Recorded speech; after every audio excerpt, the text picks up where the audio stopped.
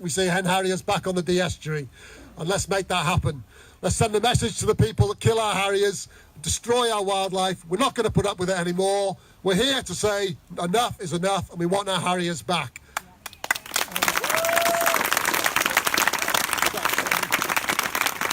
Anyway, Jeff, what would you like to say? So, Alan, if anybody doesn't know Alan, if you just type in the letters, because he and Ruth are famous for the biggest twitch. Yeah. So if you if you would like to know People more, might not know what that is. if you'd like to know more about that, then obviously have a good conversation with them a little bit later on. But they've travelled the world. They've travelled all over. In fact, the biggest twitch stems from that, doesn't it? Absolutely. We were very lucky in 2008 to travel to 27 countries to see over 4,000 species of bird in 1 year. I call it a midlife crisis. It was certainly it was an adventure, as you can imagine, and one of the highlights of that adventure was seeing harriers. I mean, I love hen harriers. I'm sure you will have guessed that already, and all birds of prey. So the opportunity to travel around the world and see some of the other species of hen harriers or harrier species was amazing.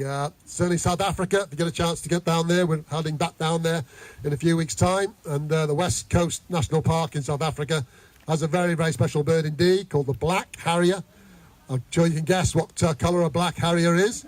It's quite black. Yeah, exactly. Yeah, could be.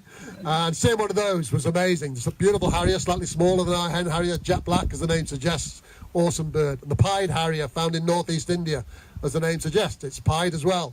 Another beautiful bird. But none of these birds, to be honest, compare with the grey male hen harrier that we see here in the UK and on our estuaries here and on our uplands in Wales, where Ruth and I live. And to watch a hen harrier in its natural habitat, either here on the Dee or over the moors of North Wales or hopefully of northwest England if things go well, is a real privilege, and it's a magical experience. Hands up who's seen a male hen harrier themselves. That's great. Quite a good number of people here have had that wonderful experience. Also notice there's quite a few people in the audience that haven't seen a male hen harrier, and that's tragic. Everybody should have the opportunity to see our wonderful male hen harriers and watch them in their natural habitat. Male hen harrier performs an amazing display in the spring. Some of you may have heard of it. It's called sky dancing. The male climbs up in the sky and then plummets to the ground. It looks like it's been shot, ironically, and it falls from the sky, twisting and turning, and then just at the last second it pulls up and it repeats the performance again and again and again. If you haven't seen that, then you need to see it. Get out on the Welsh moors, find these birds and watch them. And also, I really do hope that in 10 years' time, we'll be able to see that experience in many, many more places. Those harriers belong all over our moorlands. They're not there, and there's only one reason they're not there.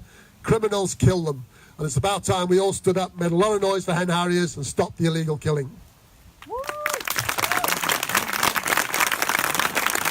So, Alan, we know that the illegal killing's going on. Everybody knows the illegal killing going on, and it continues to this day. And in fact, it happened in North Wales, hasn't it, in the last few weeks?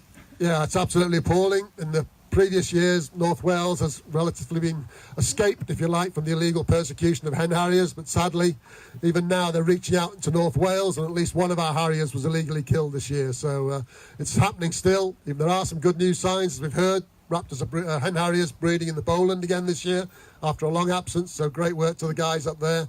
But we still need to keep the pressure on, and we need to turn things around and make sure these criminals are caught and, more importantly, punished as well. And the end to driven grouse shooting will be a huge step in that direction. People say...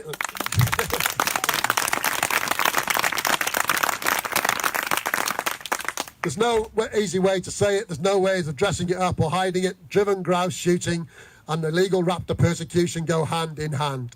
If we get rid of driven grouse shooting, it'll be a huge step to protecting our raptors and restoring our moors to what they should look like.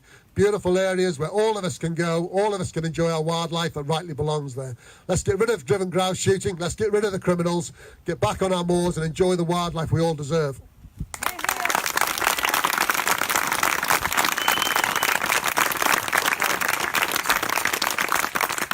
Can you feel the passion? Can you feel it? That's how we all feel. We're all absolutely desperate to end the persecution of harriers, and there are many ways that we can bring it to an end. One of the ways that we can bring it to an end is through videoing these criminals in their act. But that in itself is presenting a problem. Maybe, Alan, you could tell people what's going on there. Well, yeah, I'm sure the case you're alluding to is a classic case recently where a young gentleman, shall we call him, was videoed at a peregrine falcon nest. The guy was seen setting a trap at the nest. Those peregrine falcons were killed in the trap, and he was videoed. Now, you would think you've got him banged to rights. You've got a video of a guy going to a protected bird of prey nest, killing those birds of prey on video. Yet that guy now walks free, and he hasn't been prosecuted and hasn't been punished for those crimes. Utterly, utterly disgusting and ridiculous. All right, there may well have been technicalities with that case that the RSPB didn't collect the evidence in quite the exact way that it should have been collected. But surely, a crime was committed, a person was seen committing the crime. He should be punished. If the evidence was gathered in the incorrect way, that should also be punished as well. But to let a man walk free, having videoed him killing so-called protected birds of prey, is appalling. And that just gives you an idea of what we're up against. We're up against an establishment that protects these people and allows them to walk free from our courts. And we all need to make a note of that and make noise about it. Tell our MPs, tell our elected bodies that we're not going to put up with that, and we're not going to put up with criminals walking free from courts, having been caught red-handed killing our birds.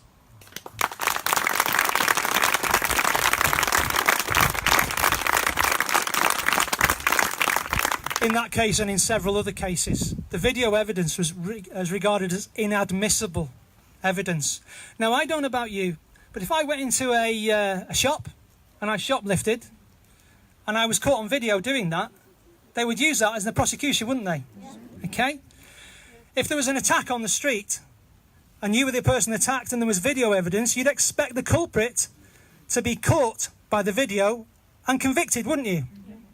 Why is it different when it's a hen harrier or a peregrine in an upland area of the UK? You have to ask yourself, what is going on in terms of the legal process that can allow criminals to get away with it when they're caught red-handed, just as Alan said. And there's a few words that I could put out there. Conspiracy, collusion, and to describe the individuals carrying out the crimes, another letter beginning with C. Criminals. Criminals. Oops. Because that's what they are. They are. It is illegal. It's not like we're asking for the law to be changed. The law exists. And I think that's a huge message. Yeah. All we're asking for is, by protecting our hen harriers, is the law of the land to be upheld. Surely, that's not a big ask. The law exists, has existed for over 60 years, and we now have less hen harriers than we did 60 years ago in England. So before they were protected by law, we had more hen harriers. It's a disgrace. The law needs to be upheld, and that's all we're asking. It's not a big ask. Let's make it happen. Alan, thank you very much indeed. That's the passion we need, and we've already got a Welshman bringing us the passion. We've got one more to come a bit later on at least. Before I bring Finn on,